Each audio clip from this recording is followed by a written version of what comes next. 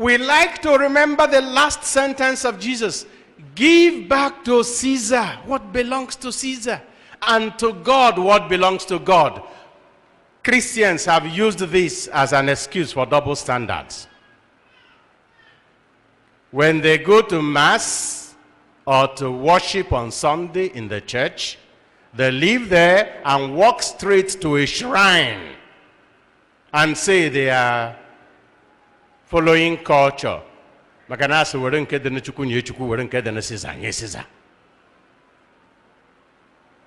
Jesus called for the coin. Whose image and whose inscription? And they said, Caesar's. Why did he call for the coin? Because Caesar, who was ruling them from Rome, had given authority and guarantee to their economy and political life. And a sign of that authority was the coin they use in commerce, bearing the image of Caesar and the inscription of Caesar. That was the only reason why their economy was standing. And it was the only reason why their society was stable. So Jesus was telling them, if you are benefiting from the stability of the economy, of political and social life provided by Caesar, then you are bound to contribute to that stability by paying your taxes. Period. But Caesar provided stability. The government provides stability for the economy, provides stability for social life, provides social security, provides political security. And if and as long as the government provides those things, every citizen who has the means benefiting from that system is obliged to restore to that government things that will help the government sustain the country.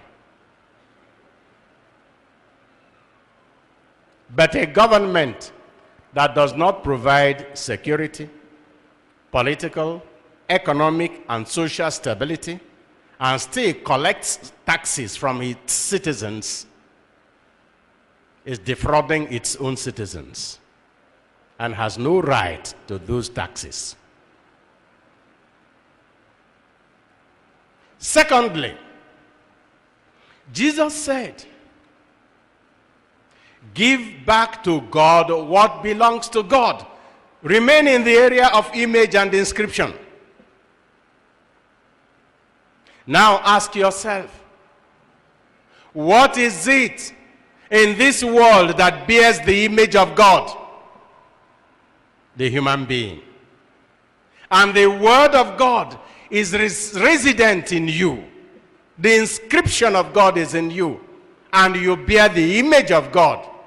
The dignity of every human being derives from the fact that he or she bears God's image. Therefore, give back your life to God, because you belong to God, and your dignity, stability, life all come from Him.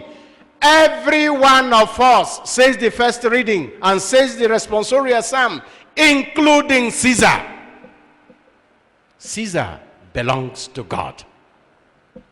No man or woman has authority over his fellow men and women until he has submitted his own self or her own self to God.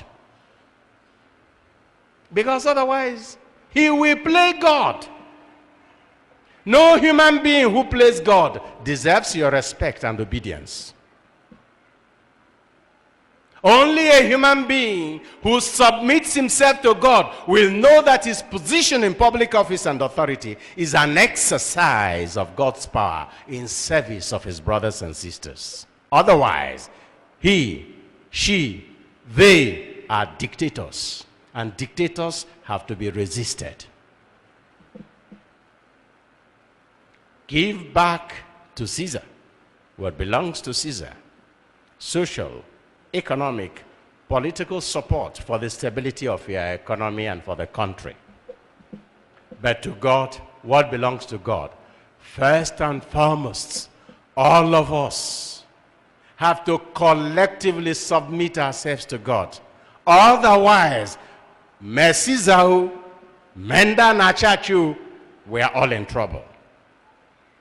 Leaders, rulers, dictators, they led, they ruled, they oppressed. We will all be in trouble until all of us, including Caesar, the leaders, until we give our lives to God, there will be no peace.